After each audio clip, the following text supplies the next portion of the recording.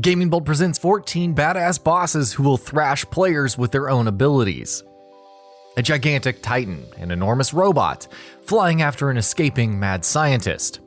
Yawn. Okay, well, boss battles can take the form of nearly anything in video games, and their status as climactic set pieces in most games make them some of the most memorable parts of our favorite titles. But the kings of kings, the ones who we remember months and years after we finish the game, are the dopplegangers. Those mirror matches or evil versions that take the powerful abilities that we as the player have mastered and turn them against us, usually forcing a creative rethinking of our own approach in the process. We'd like to celebrate some of those here, so beware of spoilers and be sure to share your own in the comments below. SAX, Metroid Fusion. The Metroid series was creating atmosphere and tension from simple world design as far back as its inception. So when Metroid Fusion took the series on a slightly different path for a handheld game, their masterstroke was introducing the SAX. The result of her infected power suit being pulled together by the mimetic X-parasites, the player is hunted throughout the game by the heartless creature with the full powers of an in-game Samus. Powerless to harm the SAX, should they hear the telltale footsteps and accompanying anxiety, the player can only run or hide throughout the entirety of the game until the final showdown at least. RICHTER BELMONT, Castlevania Symphony of the Night. Cracking the vampire killer whip in Castlevania series has never not felt good, at least when you're the one doing it. Castlevania Symphony of the Night was a landmark game for many reasons, but for the first time in the series to date, players didn't have access to a Belmont throughout most of the game. The disappearance of Richter Belmont incited Alucard to return to storm the castle and tell dear old dad off. But nobody back during launch was quite prepared for the revelation that Richter had become Castlevania's lord. The vampire killer and many of the iconic sub-weapons turned against them in the final battle was just another piece of the great symphony that was this classic title. Ness's Nightmare, Earthbound. A quite literal internal struggle for the young Ness, the psychic boy comes up against the creature called Ness's Nightmare during his trip into Magicant, a land formed within his own mind. The statue is symbolic of the fears, doubts, and evils within his heart, and only by defeating that side of himself can he find his true power. But that doesn't mean that overcoming that will be easy. Ness's Nightmare is capable of throwing Ness's own attacks right back at him, including some of his most powerful moves like Psy Rockin'. I'm unsure if it's Psy Rockin' or PSI Rockin', so I'm going to give you that in two ways. Black Knight, Shovel Knight. While it is an amazing game, Shovel Knight is an inherently ridiculous concept. Can we all get on board with that idea? The joke being that an honorable warrior knight is going around with a common hoe is being played completely straight, wouldn't be complete without his opposite, Black Knight. Himself wielding a matching shovel, the jerky movements of Black Knight can quickly get the best of players, leaving them to dig their own way out of trouble. Green, GUNSTAR Heroes. Playing opposite to the two twins of GUNSTAR Heroes, GUNSTAR Red and GUNSTAR Blue, GUNSTAR Green is a brainwashed third GUNSTAR who shares much of the same powers and proficiencies with a firearm.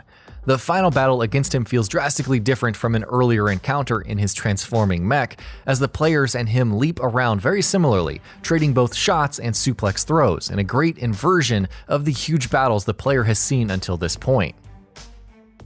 Omega, Mega Man 0-3. The Mega Man series has always gone big with their final bosses, pitting you against the wacky Wily machines or the newest incarnation of Sigma as a towering behemoth. The well-regarded GBA series, led by Zero, would continue to explore the themes began in the Mega Man X series and like to make things a bit more personal. Omega is quite literally a mirror match, pitting Zero against a consciousness in his original body from the X series, a body that most definitely remembers a whole lot of his most powerful maneuvers from the Mavericks of the past games, giving players a rather rough nostalgia trip, and an amazing boss even without the references. ANUBIS, Zone of the Enders, the second runner.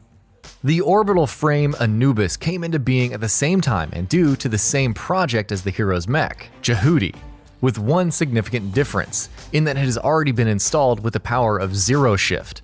The mirror match that occurs later into the second runner once you can actually touch ANUBIS stands in stark contrast to the huge mechs that players face down earlier in the game, with their beam attacks even being polar opposites to each other. Dark Bowser, Mario and Luigi Bowser's Inside Story. Playing as the great and terrible Bowser in a Mario and Luigi RPG was certainly a power trip and a fantastic continuation after players felt rather let down by the second game. Apparently, Nintendo doesn't talk about the second game either, given that they skipped remaking it. The Koopa King could throw his weight around to great effect, but the Dark Star would steal that power for itself, giving rise to Dark Bowser. The clash between them, throwing punches, spiky shells, and even their own minions against each other, is set against the single greatest piece of music created for this entire series, in the final. Fiend Ryu, Ninja Gaiden Black. There's really nothing much to the Fiend Ryu from Ninja Gaiden Black besides the fact that Fiend Ryu will only appear in the higher difficulty levels and that they are much, much better at Ninja Gaiden Black than you. Sometimes attacking in groups if the game wants to send a particularly strong message, and that message being screw you, the player, with great vigor. The enemies will have the weapon Ryu was using upon encountering them, know how to use it very well, and even then be able to poke with unlimited ninpon, and any of the various shuriken at will. It's nearly as hard to cheese them as it is to, how the kids say, get good. Shadow Mario, Super Mario Sunshine.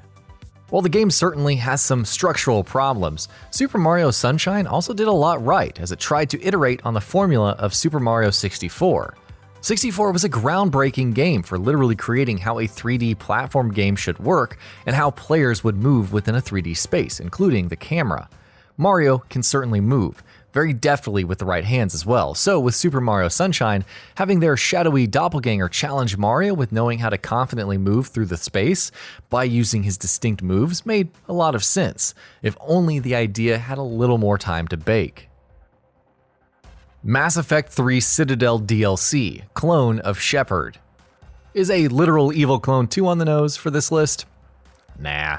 The Citadel DLC for Mass Effect 3 goes full Blade Runner and sees your Shepard have to go toe-to-toe against an evil clone, who goes out of their way to creepily invert everything about you.